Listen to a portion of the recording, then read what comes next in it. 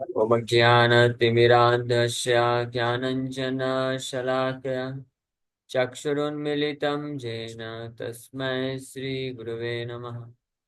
नमः विष्णुपादाय कृष्णप्रेष्ठाय भूतले श्रीमते भक्तिवेदान्त स्वामिन्निति नामिने। नमस्ते सारस्वते देवे गौरवाणी प्रचारिणे निर्विशेष शून्यवादी पाश्चात्य देश तारिणे। नमो महावदन्याय कृष्ण प्रेम प्रदायते कृष्णाय कृष्ण चैतन्य नामने गौरतुसे नमः। जय श्री कृष्ण चैतन्य प्रभु नित्यानंद श्री अद्वैत गदाधर शिवासादि गौर भक्त वृंद। हरे कृष्णा कृष्णा कृष्णा हरे हरे, हरे राम राम राम हरे हरे। हरे कृष्ण। तो आप सभी भक्तों का हार्दिक स्वागत है आज के प्रातःकालीन श्रीमद् भागवतम के चर्चा में। हम लोग चर्चा कर रहे हैं श्रीमद् भागवतम पहला स्कंद छठवां अध्याय और श्लोक संख्या 6। 6 पे कल चर्चा किए थे। एकात्मजा में जननी योषिन मूढ़ा चकिंकरी मय्यात्मजे अनन्य गतौ चक्रे स्नेहानुबंधनम। श्री व्यास देव जी के द्वारा जिज्ञासा करने पे कि किस प्रकार से उन शुद्ध भक्तों का संग प्राप्त करके आपने जो दिव्य ज्ञान प्राप्त किया, उसके अनुसार उनके जाने के पश्चात आपने कैसे जीवन यापन किया। तो नारद मुनि अब विस्तार से उनके जाने के पश्चात क्या स्थिति थी उसका वर्णन कर रहे हैं। तो नारद मुनि बता रहे हैं क्योंकि कोई बहानेबाजी ना करे, है ना। कई लोग बहाना करते हैं ना, रोज जी हम तो बहुत पतित हैं, हम ऐसी आसक्ति में फंसे हुए हैं, हमारे लिए कैसे संभव है। तो नारद मुनि स्टार्ट ही कर दिए अपने आप को बताते हुए कि मैं भी आप लोगों के जैसा ही हूँ, दासी पुत्र थे। और बता रहे हैं मैं भी जो है आसक्ति में फंसा हुआ था, और इसलिए पूरा शुरू से प्रारंभ से चालू कर रहे हैं ताकि फिर क्या क्या करने से नारद मुनि वो बने, इस बात को स्पष्ट वर्णन कर सकें।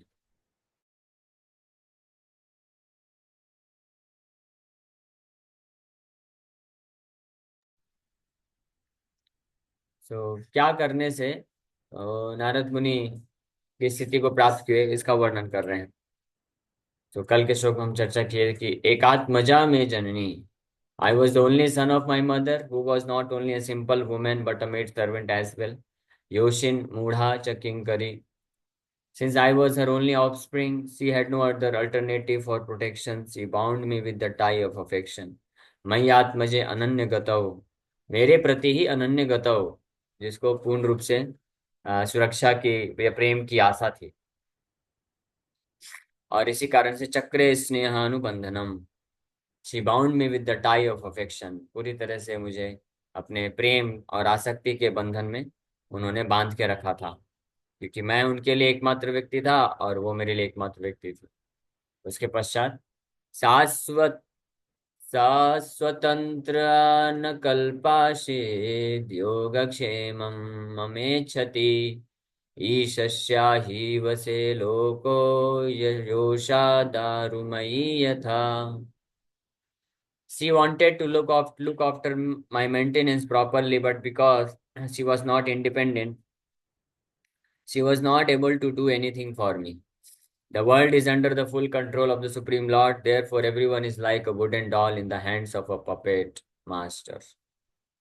So, Chakra Snehanubandhanam, Snehanubandhanam, tied by affectionate bondage.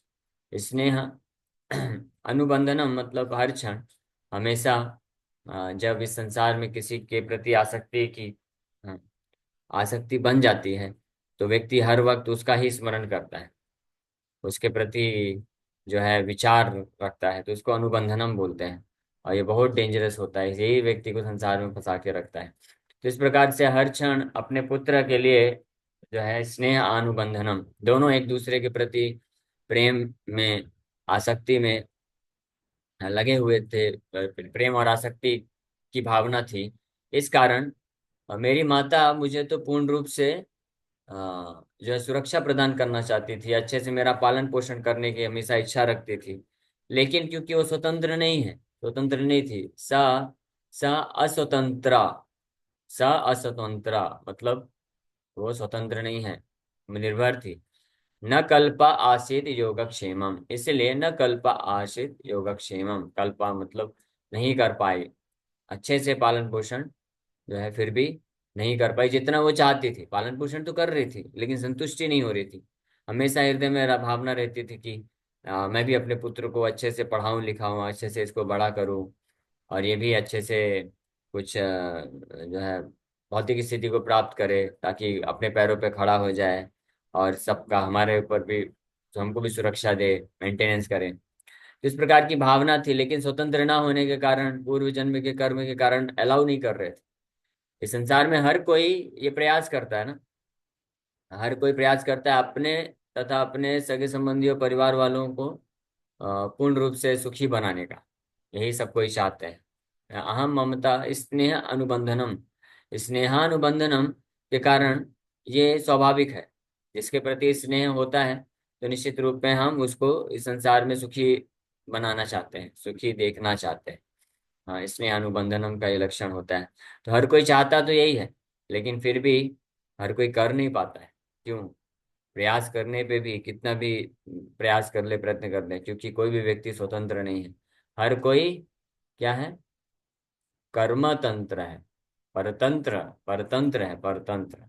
तंत्र का मतलब होता है कंट्रोल। हाँ, तो स्वतंत्र मतलब खुद के कंट्रोल में चीजें नहीं है। हर कोई परतंत्र है, यानी अन्य किसी वस्तु या अन्य किसी अरेंजमेंट या भगवान के द्वारा कंट्रोल्ड है। तो कर्मों के द्वारा, कर्म के नियम के द्वारा कर्मा तंत्र है व्यक्ति, कर्म के नियम के द्वारा कंट्रोल्ड है।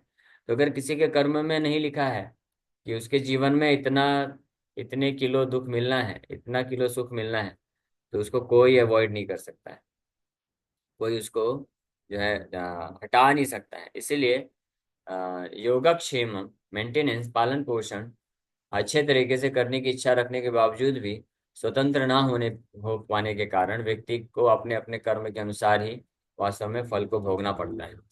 जैसे उदाहरण के लिए, कितने ही ऐसे लोग हैं जो जो कि बहुत फैबुलसली रिच बोलते हैं, मतलब धन संपत्ति की कोई कमी नहीं है, करोड़पति नहीं अरबपति लोग हैं, लेकिन फिर भी उनके बच्चे बिगड़ जाते हैं, या फिर भी वो अपने बच्चों, कुछ कोई कई बार कुछ फिजिकली डिजीज कंडीशन में होते हैं, विकलांग होते हैं या मेंटली रिटार्डेड होते हैं, तो खूब उनका इलाज कराते हैं, साइकेट्रिस्ट के पास लेके जाते हैं, सब कुछ कराते हैं, लेकिन फिर भी देखा जाता है कि वो ऐसे ही रहते हैं, क्योंकि वो उनका वो कर्मा है पिछले जन्म का।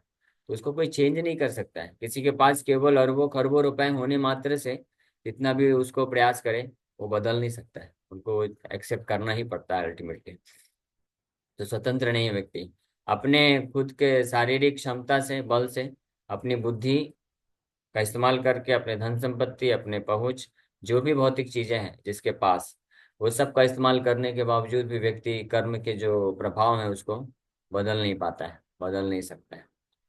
इसलिए तो हाँ, इसलिए नारद मुनि बता रहे हैं कि हालांकि वो चाहती थी मेरा हमेशा अच्छे तरीके से पालन पोषण करना, लेकिन क्योंकि वो स्वतंत्र नहीं थी, कर्म के गति के अनुसार चीजें प्रभावित हो रही थी हमारे जीवन में, इसलिए वो पूरी तरीके से वास्तव में she was not able to do anything for me. ऐसा नहीं कि she was not able to do something for me, कुछ चीजें मेरे लिए नहीं कर पा रही थी, ऐसा नहीं है। भगवान बोल रहे हैं योगक्षेमम मम इच्छति ईशस्य ही वशे लोकः योषा दारुमयी यथा। वो मेरे लिए कुछ भी नहीं कर पा रही थी। क्यों ऐसा? जो भी कुछ हो रहा था वो कैसे हो रहा था? ईशस्य ही वशे लोक के, भगवान, परम भगवान के ही कंट्रोल में पूरा पूरा जगत है। लोक का मीन्स सारे व्यक्ति और पूरा ये भौतिक ब्रह्मांड, सब भगवान के जगत का कंट्रोल में है।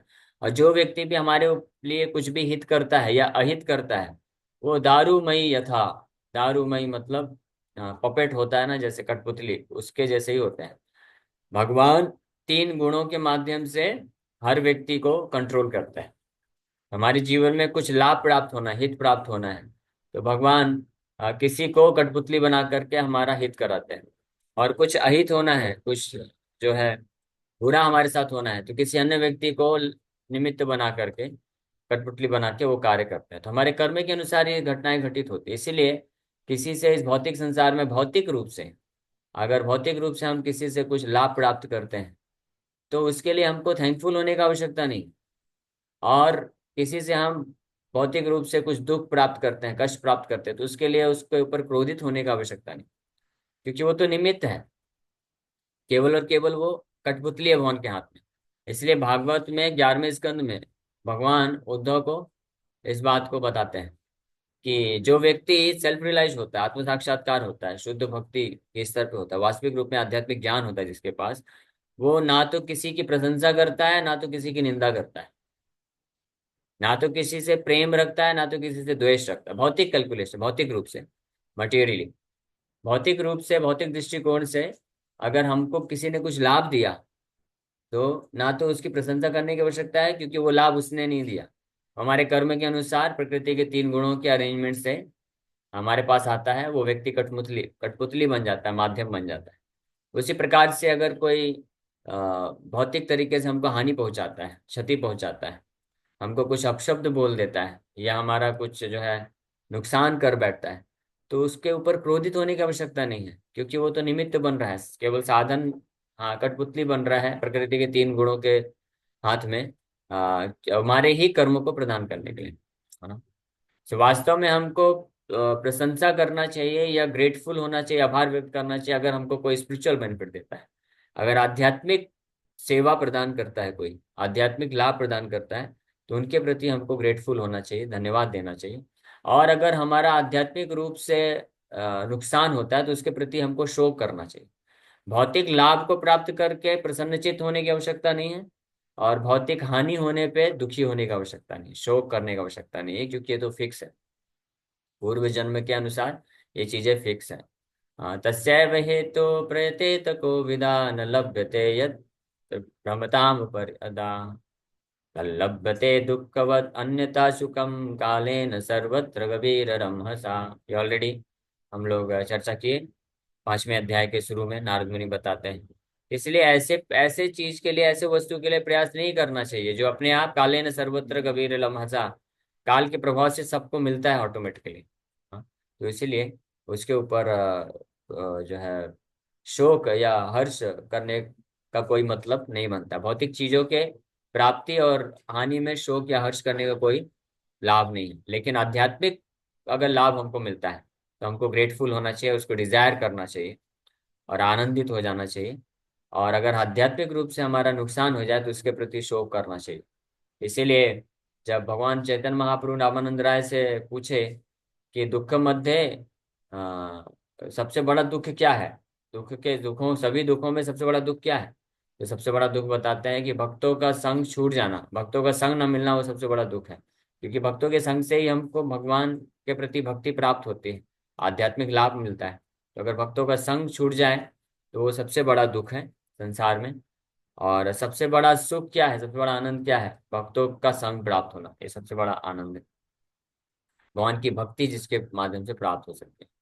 तो इस तरह नारद मुनि यहाँ पे वर्णन कर रहे हैं कि स्नेहानुबंधनम, हालांकि वो एकमात्र मेरी माँ ही थी संसार में और मैं उनके लिए था, इसलिए हम दोनों एक दूसरे से स्नेह अनुबंधनम में पूरी तरह से फंसे हुए थे। और इस भावना से वो मुझे सोचती थी हमेशा कि मैं कैसे अपने पुत्र के लिए सबसे अच्छा से अच्छा चीजें करूं, लेकिन फिर भी वो कर नहीं पाती थी कुछ भी, क्योंकि सब कुछ क्या था, ईशश्च ही वशे लोके, भगवान के कंट्रोल में था। और वो तो केवल योषा दारूमय था, केवल कठपुतली की तरह कार्य कर रही थी। तो इस प्रकार से नारद मुनि वर्णन कर रहे हैं। सो अहम च तद्ब्रह्मकुले ऊशिवांस्तदुपेक्षया तिक्तेश कालाव्युत्पन्नो बालका पंचहायन। When I was mere a child of 5 years, 5 वर्ष के थे, I lived in a Brahmana school. I was dependent on my mother's affection and had no experience of different lands.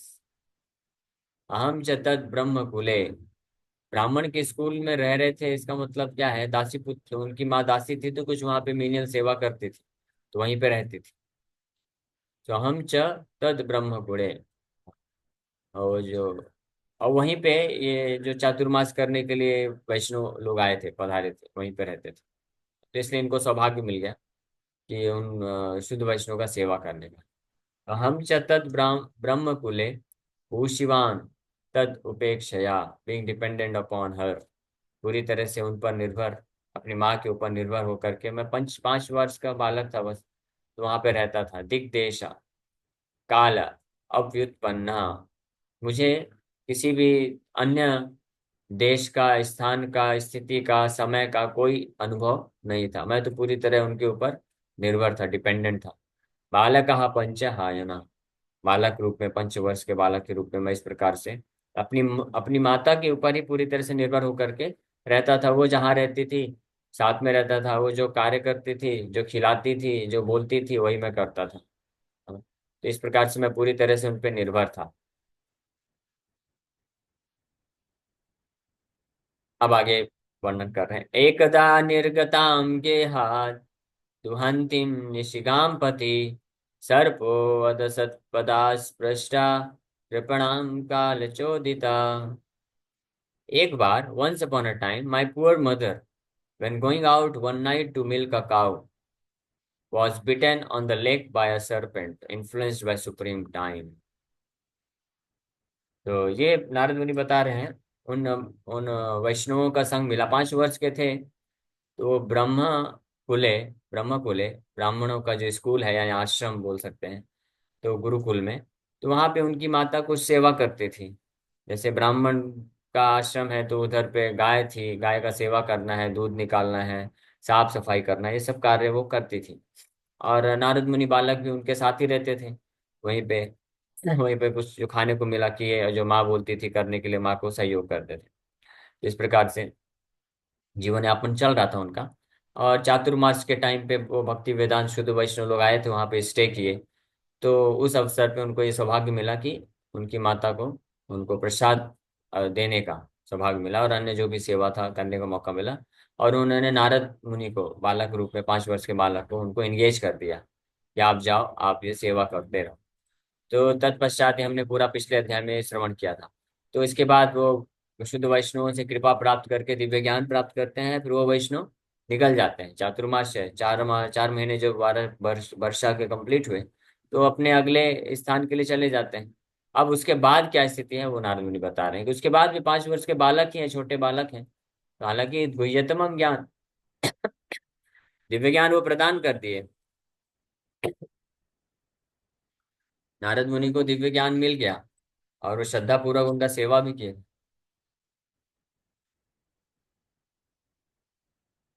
लेकिन अभी छोटे बालक ही थे, तो माँ के ही प्रोटेक्शन में रहते थे। माँ जैसे जैसे उनको एंगेज करती थी वैसे रहते थे।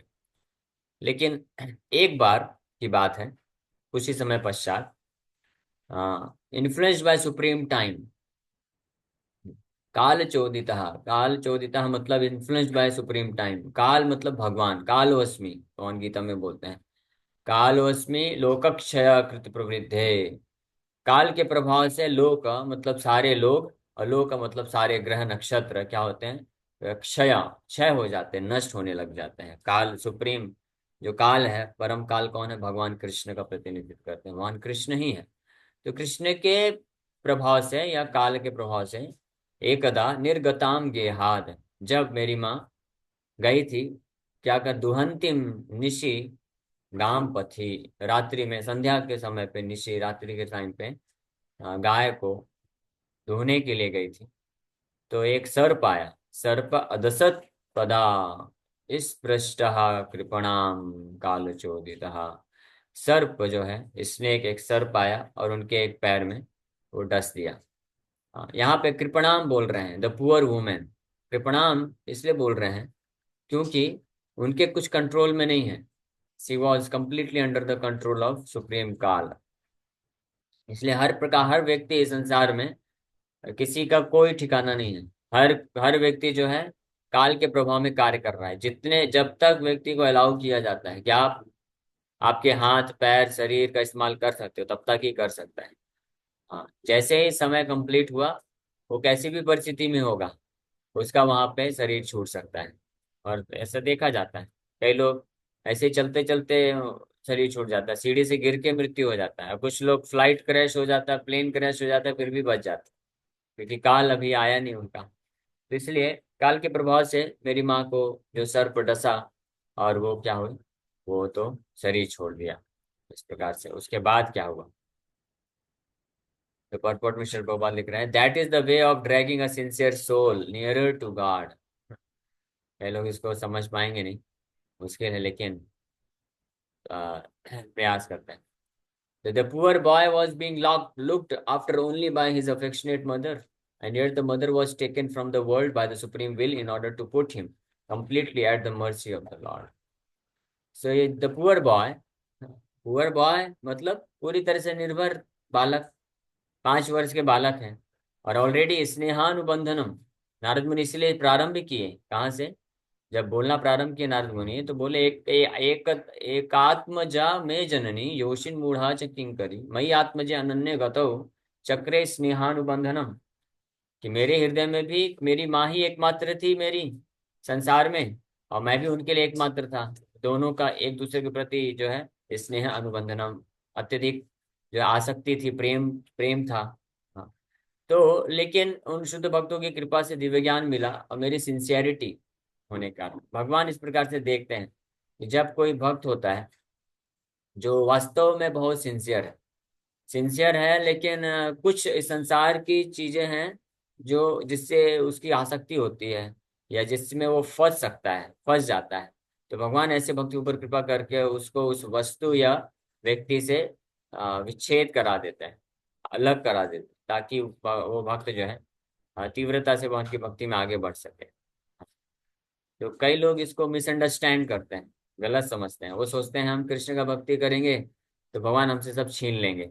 तो भगवान ऐसा नहीं करते हैं। भगवान किसके साथ ऐसा करते हैं, बहुत ही जो सिंसियर होते हैं, बहुत एलिवेटेड होते हैं, जिनके हृदय में भगवान जानते हैं कि इनको मैं इस प्रकार से बेरेफ्ट कर दूंगा, अलग कर दूंगा, तो उसको दुख नहीं होगा बल्कि आनंद मिलेगा। उन लोगों के साथ भगवान करते हैं। हाँ, जैसे यहाँ पे नारद मुनि के साथ किए, प्रभुपाद जी के साथ भी भगवान ऐसे किए। जैसे बहुत ही तस्याहम अनुगृणामि हरिष्ये तद धनम शनय, जिसके ऊपर मैं विशेष कृपा करता हूँ उसके साथ ऐसा करता हूँ मैं अर्जुन।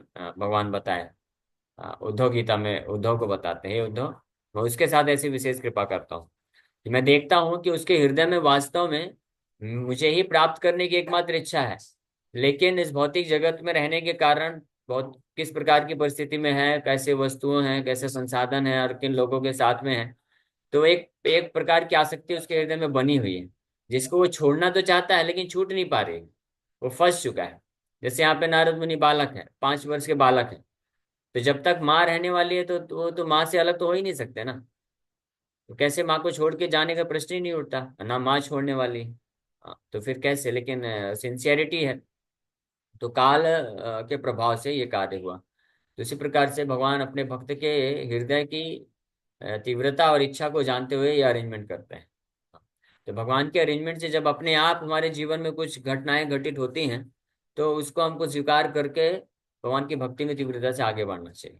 हाँ? लेकिन जो लोग तैयार नहीं है अभी, जो मैच्योर नहीं है, जो तैयार नहीं, सिंसियर नहीं है, जिनके हृदय में वास्तविक रूप में केवल कृष्ण को प्राप्त करने की इच्छा नहीं अभी तक विकसित हुई है, जो इस भौतिक संसार के भी चीजें प्राप्त करना चाहते हैं, तो भगवान उनके ऊपर कृपा करके उन भौतिक संसार की वस्तु में भी प्रदान करते हैं। ऐसा नहीं है कि भगवान छीनते हैं।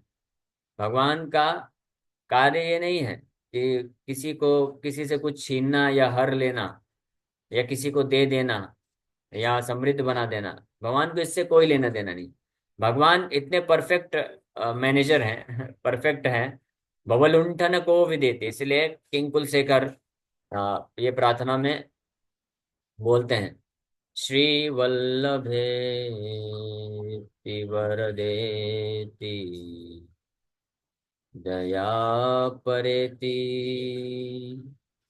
नाथेति नागशयनेति जगन्निवासे आलापिनं प्रतिदिनं कुरु मां मुकुन्द श्रीवल्लभेति वरदेति दयापरेति भक्त प्रियेति भवलुण्ठन को विदेति नाथेति नागशयनेति जगन्निवासेति आलापिनं प्रतिदिनं कुरु मां Mukunda. Oh my dear Mukunda, ये प्रार्थना कर रहे हैं श्री वल्लभेति। तो यहाँ पे एक भगवान का नाम आया है, भव लुंठन कोविद एति। तो भवलुंठन, भवलुंठन मतलब, भव मतलब the repetition of birth and death, संसार, जन्म मृत्यु का जो संसार है उसको भव बोला जाता है। लुंठन मतलब उसको प्लंडर करना, यानी उसको नष्ट करना, नष्ट करने में, हटाने में, उसको खत्म करने में। कोविद, ओ यू हु आर एक्सपर्ट। तो भगवान जो है,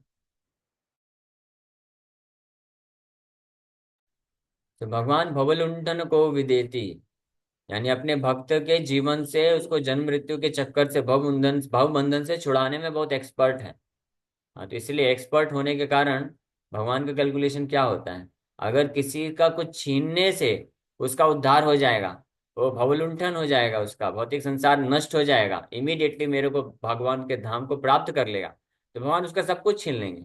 लेकिन किसी को कुछ देने से अगर उसको भक्ति में आगे बढ़ने में हेल्प मिल सकती है, तो भगवान देने देते दे भी देता है।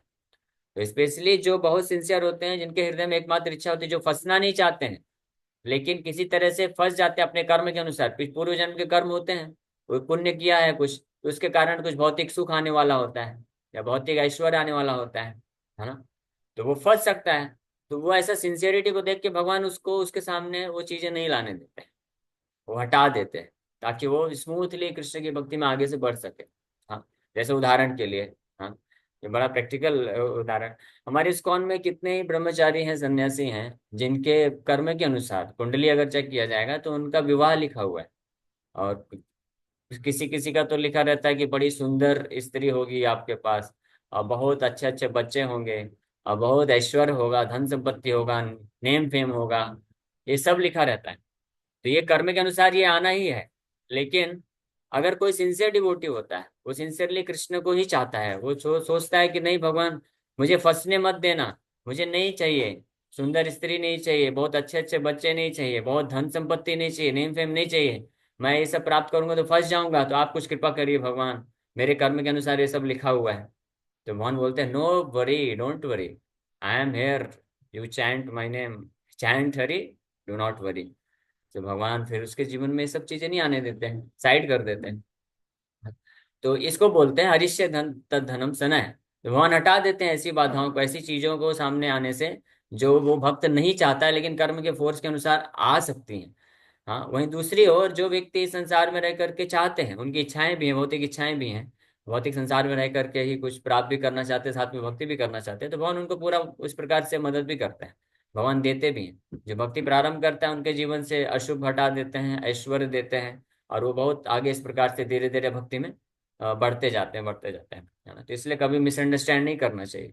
ये श्लोक को कई लोग ये गलत समझ लेते हैं कि कृष्ण की भक्ति में आगे बढ़ेंगे, कृष्ण से जुड़ेंगे तो कृष्ण हमारे जीवन से सब कुछ हटा देंगे। नहीं नहीं, आप तैयार होंगे तब हटाएंगे भगवान। अगर तैयार नहीं है तो भगवान पूरा मौका देंगे, ठीक है आपको ऐश्वर्य चाहिए, ये लो, भक्ति करो। लेकिन ऐसे ऐश्वर्य को नहीं देते भगवान जिससे हम भक्ति में विचलित हो सके भक्ति पथ से। तो इस प्रकार से, लेकिन नारद मुनि यहाँ पे, हालांकि 5 वर्ष के बालक ही थे, लेकिन बड़े सिंसियर थे वो। उनके उन शुद्ध भक्तों की कृपा से उनके हृदय में वो बीजारोपण हो चुका था कि मुझे केवल कृष्ण के चरण कमलों का आश्रय चाहिए। तो उनकी माँ ही एकमात्र बाधक बन रही थी, क्योंकि माँ के प्रति ही पूरा 100% आसक्ति बना हुआ था। तो जब तक माँ जाएगी नहीं तब तक कृष्ण कैसे आएंगे। तो भगवान के अरेंजमेंट से काल चोदिता, मतलब ये सूचित करता है, इन्फ्लुएंस बाय सुप्रीम टाइम, एक दिन वो रात्रि में जब गाय को धोने के लिए गई तो उनको सर्प ने डस दिया, और वहीं पे उनका शरीर छूट जाएगा। अब उसके बाद नारद मुनि आगे वर्णन करेंगे कैसे वो आगे और भक्ति में आगे बढ़ते हैं। Okay, so thank you very much, इसी के साथ में प्रोग्राम करेंगे। किसी भक्त का कोई प्रश्न है तो पूछ सकते हैं। Hare Krishna Krishna Krishna Hare Hare, Hare Ram Ram Ram Hare. Yes, any question. Hare Krishna. प्रभु, अगर किसी के जीवन में सडनली मटेरियल प्रोग्रेस थोड़ा सा बढ़ रहा है, तो क्या इसको कैसे समझे? मतलब भगवान भक्ति में पीछे तो नहीं हो जाएंगे उससे? मतलब क्या डरना चाहिए, क्या सोचना चाहिए उस टाइम? नहीं, हमको हमको डरने की आवश्यकता नहीं है। हमको सिंसियरली भगवान से प्रार्थना करते रहना चाहिए। हाँ, हम हमारी हृदय की इच्छा को हमको चेक करते रहना चाहिए। क्या हमारी इच्छा केवल कृष्ण को प्राप्त करने की है? और भगवान को प्रार्थना करता रहना चाहिए। तो अगर कोई सिंसियर डिवोटी है, इस प्रकार से इच्छा रखता है, तो उसके जीवन में अगर ऐश्वर्य भी आता है, तो भगवान की कृपा से भगवान उसको बुद्धि देंगे कि वो अपने ऐश्वर्य को भगवान की सेवा में इस्तेमाल करेगा अच्छे तरीके से, और वो उसके माध्यम से भक्ति में आगे बढ़ सकता है। तो जो सिंसियर डिवोटी होता है, जो वास्तविक रूप में जिसके हृदय में शुद्ध इच्छा है, तो भगवान जानते हैं कि इसको ऐश्वर्य देने से ये भक्ति में आगे बढ़ेगा, तो भगवान उसको देंगे। और अगर भगवान जानते हैं कि इसको ऐश्वर्य देने से विचलित हो जाएगा, तो भगवान हटा भी सकता है। इसलिए हमारा कार्य यही होना चाहिए कि हम हर परिस्थिति में कृष्ण के चरण कमलों का तीव्रता से आश्रय लें, उनका नाम जप करें, और उनसे सिंसियरली यही प्रार्थना करें मात्र कि आपके चरण कमलों का आश्रय मुझे प्रदान करें, मुझे यही चाहिए। तो आप जिस कंडीशन में रखना चाहें रखिए। किसी भी परिस्थिति में रखने से अगर आपको लगता है कि मैं आपकी भक्ति में, शुद्ध भक्ति में आगे बढ़ सकता हूँ, तो आप मेरे को उस परिस्थिति में रखिए, मैं तैयार हूँ। उसके लिए आप मुझे पूरा ऐश्वर्य में रखिए, ब्रह्मांड का राजा बना दीजिए, या मुझे सबसे कंगाल बना दीजिए, डजेंट मैटर फॉर मी। तो इस प्रकार से हमको भगवान को प्रार्थना करना चाहिए। ओके। यस प्रतिज्ञा माता जी। हरे कृष्णा प्रभु जी, पंचांग प्रणाम। हरे कृष्ण। प्रभु, आ, मतलब इस भौतिक संसार में रहते हुए नए अटैचमेंट से बचना। देखिए, पहले तो जन्म से ही कुछ ना कुछ मिले हुए हैं, मदर फादर, बाकी ब्रदर सिस्टर और कुछ दोस्त वगैरह। मतलब दोस्त वगैरह तो नहीं, पर बाकी छोटे छोटे अटैचमेंट्स होते, चीजों से, कपड़ों से, इन सब चीजों से अटैचमेंट रहते हैं। तो अभी भी कुछ नई चीजें अगर जुड़ती हैं लाइफ में, तो उनसे भी अटैचमेंट होते हैं। तो इनसे बचना तो है, पर सोचते हैं ना कि ऐसी जगह पे ही ना जाए जहाँ पे नए अटैचमेंट्स बने। तो ये सही है ना कि वहां से हटी हटी जाते हैं। यस, जिंदगी सही में बात नया व्यक्ति है। अगर आया तो हमको उससे कम्युनिकेशन ही नहीं तो करना है अगर जो हमको सही बात है, अगर हमको पता चले कि इस परिस्थिति में जाने से हमारी आसक्ति बढ़ सकती है, तो उसको अवॉइड करना चाहिए। सही बात। हाँ, और हमारी फिर जिम्मेदारी। प्रभु जी, फिर भले ही सामने वाला बंदा या बंदी मुझे कोई रूड या कुछ ऐसा कुछ कुछ भी समझे, क्या फर्क पड़ता है ना। नहीं नहीं, ऐसा हाँ। नहीं है। हमको किसी के साथ मतलब गलत व्यवहार नहीं करना है। हमको अपने आप को बचाना है। ले इसलिए हम्म। जब हम तो भौतिक जगत में रहते हैं, तो हमको उतना ही मात्र डीलिंग रखना चाहिए नॉन डिवोटीज के साथ, जितना रिक्वायर्ड है हमारे कार्य को करने के लिए। उससे ज्यादा नहीं। हार्ट टू हार्ट कनेक्शन नहीं रहना चाहिए। हार्ट टू हार्ट कनेक्शन रखेंगे तो हम फंस। ओके। Okay, okay. ठीक है प्रभु। हरे हरे कृष्ण। कृष्णा। यस पल्लवी माता जी। हरे कृष्णा। मेरा भी प्रश्न कुछ इसी संदर्भ में था कि हम भौतिक में भी है और भक्ति में भी है। तो भौतिक और भक्ति का दोनों, कभी भौतिक का असर आगे बढ़ जाता है, कभी भक्ति आगे बढ़ जाती है। तो फिर भौतिक लाइफ बहुत बेकार लगने लगता है। कभी भौतिक आसक्ति ज्यादा बढ़ती है तो भक्ति में ऐसे लगता है कि कैसे करूँ।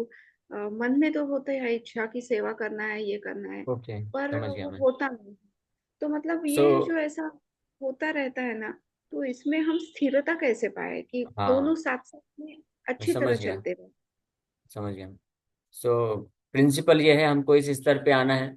क्योंकि जब तक हम भौतिक जगत में हैं, चाहे कोई गृहस्थ हो या ब्रह्मचारी हो या सन्यासी, फर्क नहीं पड़ता है।